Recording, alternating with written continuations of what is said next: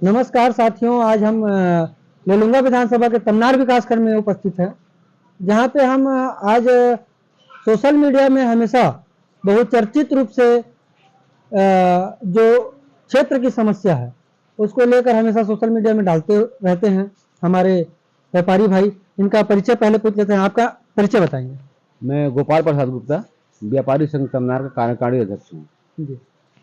गुप्ता जी, क्षेत्र में जो समस्या है इसके बारे में आज से ज्यादा कोई भली भांति से जान नहीं सकता, क्योंकि आप क्षेत्र में रहते हैं। क्षेत्र की जनता भी जान रही है कि इस क्षेत्र में समस्या है, लेकिन आज जिस प्रकार से सोशल मीडिया में पोस्ट करते हैं, सही गलत जो भी है आप पोस्ट करते हैं, किसी को खराब लगता है, किसी को अच्छा लगता है, वो अलग बात है, लेकिन जो आप डालते हैं वो कितना प्रतिक्रिया सामने से आती है, क्या लगता है आपको? देखिए, मेरे पोस्ट को कोई लाइक करे, शेयर करे, मैं इस उद्देश्य से नहीं डालता। मेरा उद्देश्य रहता है कि वर्तमान में जो समस्याएं हैं यह लोगों के बीच में आए और जहां तक हो सके ऊपर जाए। और रही बात यहाँ विकास की, आप जो बात करते हैं, विकास बहुत कम दिखता है। जिस दिन से यहाँ कोयला खदान और पावर प्लांट बैठा हुआ है, स्थापित हुआ है, तब से समस्या का ग्राफ बढ़ा है और समाधान बहुत नीचे है। ये जो क्षेत्र में है, जो 3-4 कोल खदानें हैं और पावर प्लांट इतनी बड़ी लगी हुई है, यहाँ बिजली की समस्या कैसे बनी है? अब ये तो ऊपर वाले जाने कि पावर प्लांट होने के बावजूद हम हमेशा बिजली के जो बंद होती है उससे हम लोग हमेशा झेलते रहते हैं। और रही बात इतना बड़ा पावर प्लांट होने के बावजूद रही बिजली की समस्या ही नहीं, हम सड़क की समस्या से जूझ रहे हैं, साथ में यहाँ पानी की भी समस्या से जूझ रहे हैं, प्रदूषण से भी जूझ रहे हैं। आप जब यहाँ से जाएंगे, आप इंदिरा नगर से आप होते हुए पावर प्लांट की ओर जाएंगे, तब आपको यह नज़ारा दिख जाएगा कि यहाँ नर्क में लोग जीने के लिए मजबूर हैं। जी, इस क्षेत्र को आज के डेट में नर्क बोला जा रहा है। मतलब आप खुद समझ सकते हैं कि कोयला खदान, पावर प्लांट होने के बाद भी हम कुछ और सवाल पूछेंगे। हमारे साथ हमारे भैया जुड़े हुए हैं, इनसे पूछेंगे कि क्या लगता है आपको अभी लेलुंगा विधानसभा में आने वाले चुनाव में किस रणनीति के साथ चुनाव पार्टी लड़ेगी? बीजेपी कांग्रेस दोनों पार्टी एक टक्कर का मुकाबला होने वाला है। फिर भी अभी तक टिकट का घोषणा नहीं हुआ है, लेकिन क्या लगता है इस क्षेत्र के विकास के बारे में? विकास हुई है? देखिए, ये कागजों में विकास हुई है और मैं आपको फ्लैशबैक लेके जाना चाहूँगा। एक समय था, राजशाही जब था, यहाँ जनता सुखी थे। उसके बाद राजतंत्र चला गया, प्रजातंत्र पे आए। जनता ने चुन के अपना राजा भेजा ऊपर, चाहे वो विधायक के रूप में हो, चाहे वो सांसद के रूप में हो। तो आज़ादी के बाद ये जो प्रजातंत्र पे हम आए, कल्पना कुछ और था, लेकिन 50 साल बाद भी स्थिति ये है, वही समस्या। जनता तब भी वही समस्या से जूझ रही थी, आज भी उसी समस्या से जूझ रही है। और प्रमुख समस्याएं आप लोग सब जानते हैं: सड़क, बिजली, पानी, स्वास्थ्य और शिक्षा। देखिए, आज हमारे पास रोड नहीं है। पहले की स्थिति में हम इसी केलो मैया से, जीवनदायिनी केलो मैया है अपने बीच में, हम वहाँ से पानी वहीं से हम पी भी लेते थे। आज उद्योग के आने के बाद उसमें पानी है भी नहीं, बरसात को छोड़ दिया जाए तो पानी है भी नहीं। और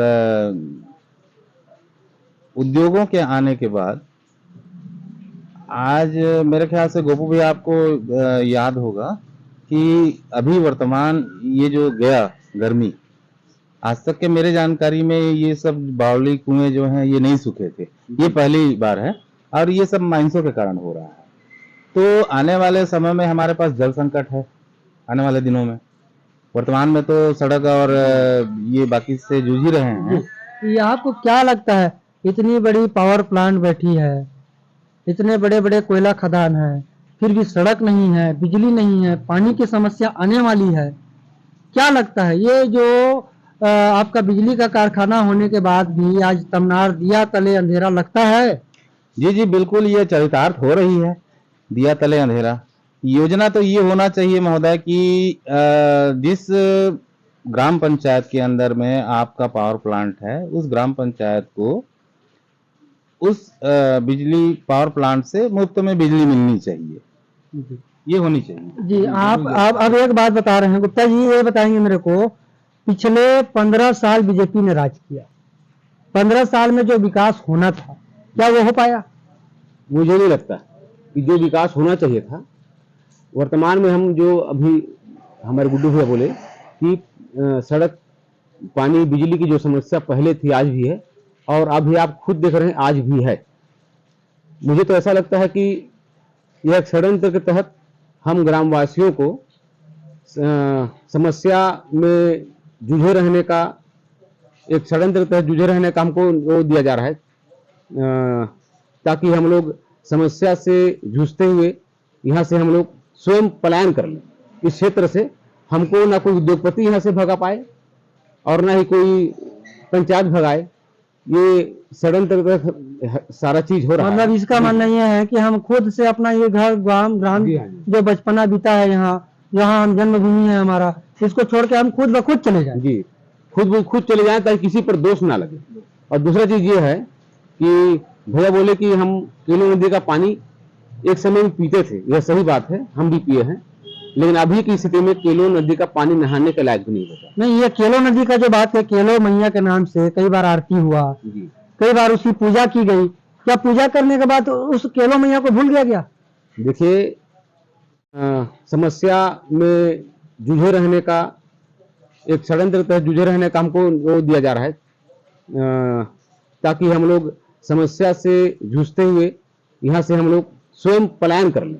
इस क्षेत्र से हमको ना कोई उद्योगपति यहाँ से भगा पाए और ना ही कोई पंचायत भगाए। ये षड्यंत्र के तहत सारा चीज हो रहा है। मतलब इसका मानना ये है कि हम खुद से अपना ये घर ग्राम ग्राम जी हाँ जी। जो बचपना बीता है यहाँ, जहाँ हम जन्मभूमि है हमारा, इसको छोड़ के हम खुद ब खुद चले जाएं। जी, खुद चले जाएं ताकि किसी पर दोष ना लगे।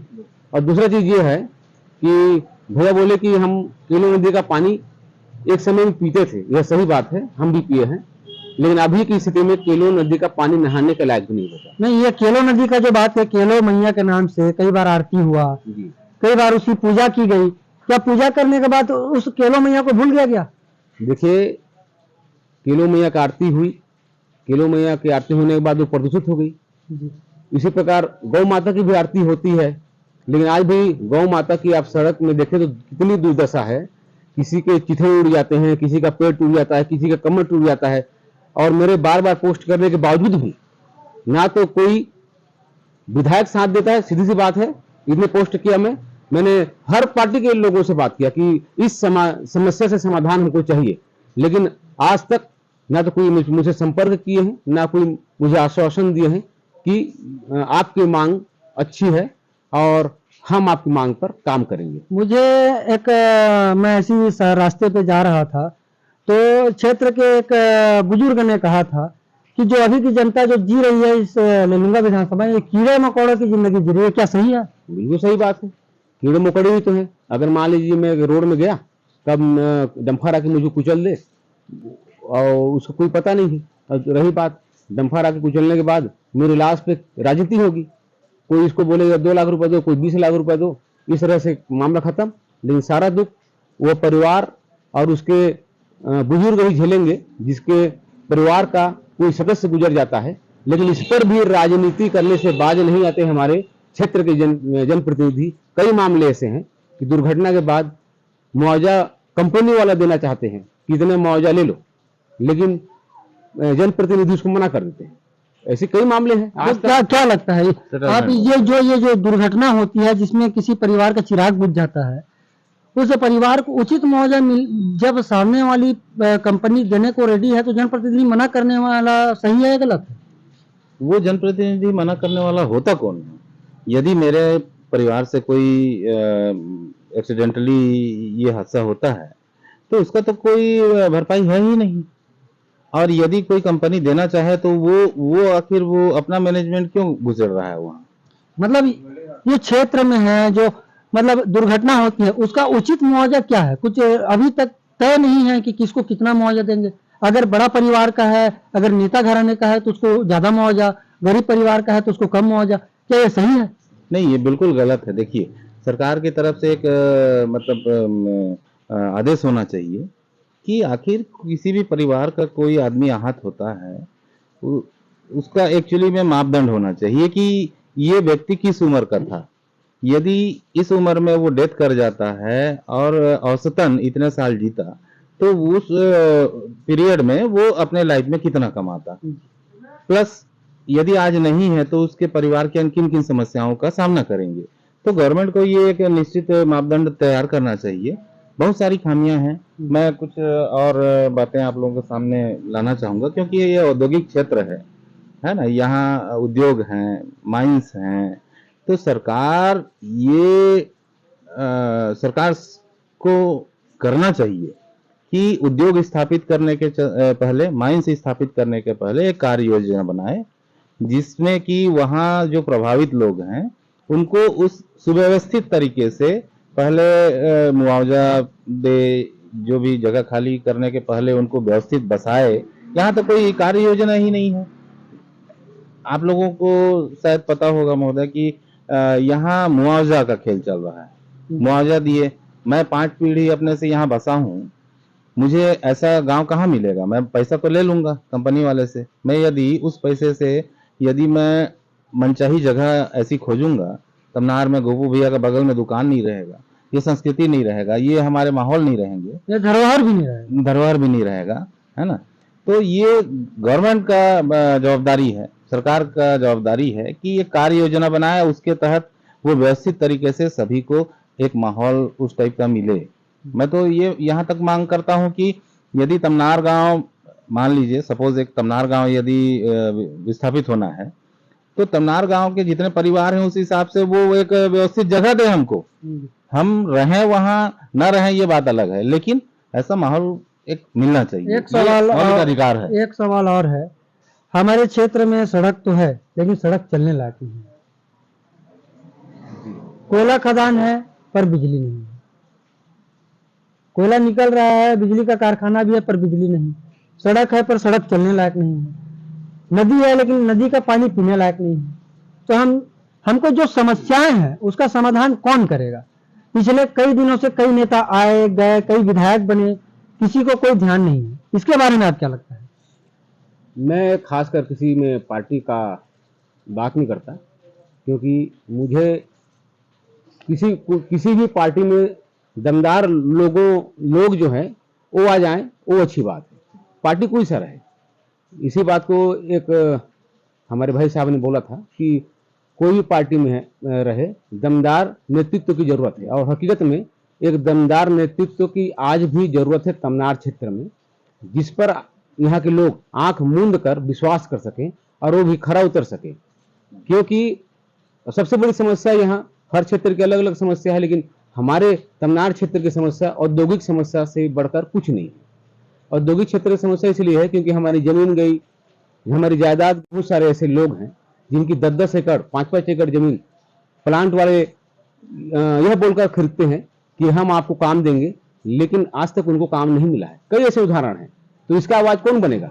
हम लोग भी जनता वोट देकर उनको उस पद में लाते हैं कि वो हमारा काम करे, लेकिन पद में आने के बाद पता नहीं किसका काम करते हैं, समस्या जस की तस बनी रहती है। मतलब ये हम मानना चाहते हैं कि गरीबों का मसीहा जो है वो क्षेत्र का विधायक बने, जो गरीबों का काम करे, उद्योगपतियों का साथ ना दे, ये आप चाहते हैं? बिल्कुल, उद्योगपतियों का भी साथ दे। ऐसा नहीं बोलते हैं कि हम उद्योग विरोधी नहीं है, लेकिन जनता का जो अधिकार है वो मिले। यहाँ कहाँ देता है जनता का अधिकार? कहाँ है? जो भी जनप्रतिनिधि बनता है, कोई यहाँ ठेकेदारी कर रहा है, 50% वहाँ ठेकेदारी करता है।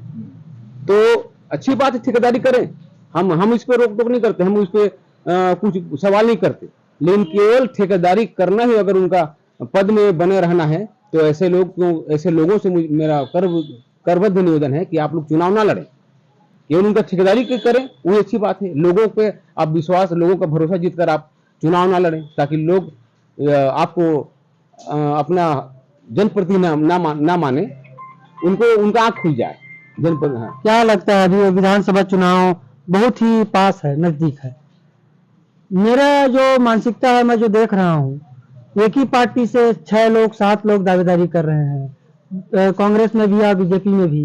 बीजेपी में भी 6-7 लोगों का नाम आ रहा है, दावेदारी कर रहे हैं। कांग्रेस में भी 6-7 लोगों का नाम। क्या लगता है, खुद में अगर जो दावेदारी करने का, उनको खुद को ये नहीं है कि हमारा नेता ये होगा, हमारा विधायक ये बनेगा, ये खुद को पता नहीं है, तो कैसे वो चुनाव लड़ेंगे?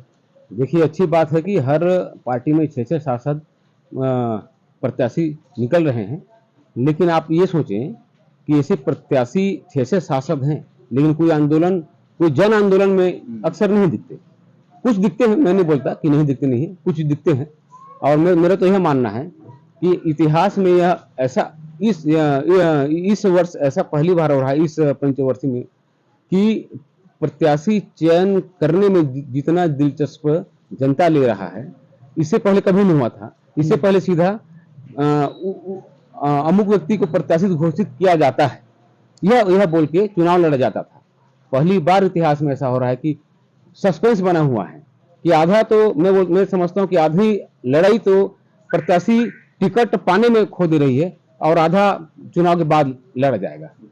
तो ये जो समस्या है चुनाव का, वो तो हम बाद में निपटेंगे। बाकी हम जो देख रहे हैं, लेलुंगा विधानसभा में एक आए थे हमारे नेता हृदय राम राठिया जी, जिन्होंने एक आंदोलन किया था। आंदोलन के बाद लोगों को रोजगार मिला। लगता है वो ऐसे नेता की जरूरत है हमारे क्षेत्र में? बिल्कुल, ये तो तमनार का हर कोई जानता है कि जब एक यहाँ आंदोलन हुआ तब जनता ने पूर्ण साथ दिया, और एक उनका नेतृत्व रहा हृदय राम राठिया जी का, कि और वो भी बखूबी उसका नेतृत्व को ईमानदारी से पालन किए, और बहुत सारे यहाँ जो कर्मचारी थे वो रेगुलर हुए। इसका कोई इसमें कोई शंका ही नहीं है, इसमें कोई सवाल ही नहीं उठा सकता। और रही बात राजनीतिक मतभेद की, तो मेरी इस बात पे भी कोई लोग टिप्पणी कर सकते हैं कि हृदय राम राठिया ही नहीं किया है। तो भाई ऐसा होता है, घर का मुखिया जो होता है वो घर को चलाता है। हमने हर बार विधायक चुना है। मैं तो यही कहता हूँ कि विधायक को ऐसा होना चाहिए कि लोगों के दिल पर राज करे, उनका नाम लेते ही लोग को हाँ बोले कि यह विधायक अच्छा था। जी, आपको भी किसी प्रकार का आपका बीच में काटने के पहले एक पॉइंट आप लिए थे कि क्या कारण है कि दो प्रमुख राजनीतिक पार्टियों में इतने सारे प्रत्याशी हैं आज। देखिए महोदय, विषय ऐसा है कि यदि मैं 5 साल विधायक बना, सपोज मैं 5 साल विधायक बना, तो मेरे कार्य ऐसे यदि रहे कि सभी संतुष्ट रहें, मेरा कार्य यदि ऐसा रहा कि सभी संतुष्ट रहे, आपको फिर चुनाव प्रचार करने की जरूरत। चुनाव प्रचार वो सेकेंडरी हो गया। और वहीं पे क्वेश्चन का आंसर है, यदि सभी संतुष्ट रहेंगे तो मेरे टीम में ही मेरे प्रतिनिधि खड़े नहीं होंगे। तो ये आपका बहुत अच्छा जवाब। और तो आज भी 5 साल आए और 5 साल उन्होंने शासन किया, तो उनके ही पार्टी और असंतोष है उनमें कि आपने सही काम नहीं किया, तब वो और अदर प्रत्याशी खुद के पार्टी के विरोधी खड़े हो रहे हैं, जो अपना दावा कर रहे हैं। दोनों पार्टियों में मैं कहना चाहूंगा कि जो जैसे निर्माण कार्य है, सड़क है, बिजली है, ये तो बनते रहेगा, बिगड़ते रहेगा, लेकिन किसी जनप्रतिनिधि का दिलों पे राज करने का सबसे बड़ा मार्ग यह है कि वो वैसा जनप्रतिनिधि इस सब से हटकर जो लोगों का जो निजी समस्या है इस पर ध्यान दे। तहसील है, थाना है, उद्योग है, इसमें अगर वो सफल है इनके काम को बनाने में, तक मानना है कि ये निर्माण कार्य से बड़ा ये उनकी उपलब्धि रहेगी। और मैं चाहूंगा कोई भी पार्टी अभी वन में हर पार्टी एक दमदार नेता का चयन करे और उसको चुनाव मैदान में लड़ाए कि लोग उस पर आंख मूंद के विश्वास कर सकें, ताकि हारने के बाद भी हमको एक अच्छा दमदार प्रत्याशी मिले। क्योंकि हर पार्टी में अगर दमदार प्रत्याशी रहेंगे तो जीतेगा दमदार प्रत्याशी, तो ये के लिए भला ही होगा। तो इसी के हम आज के लेलुंगा विधानसभा के विकास के बारे में बात आए थे, जहां पर विकास का भी पता चल गया और विनाश पता चल गया। तो इसी के साथ हम आज का वीडियो को समाप्त करते हैं।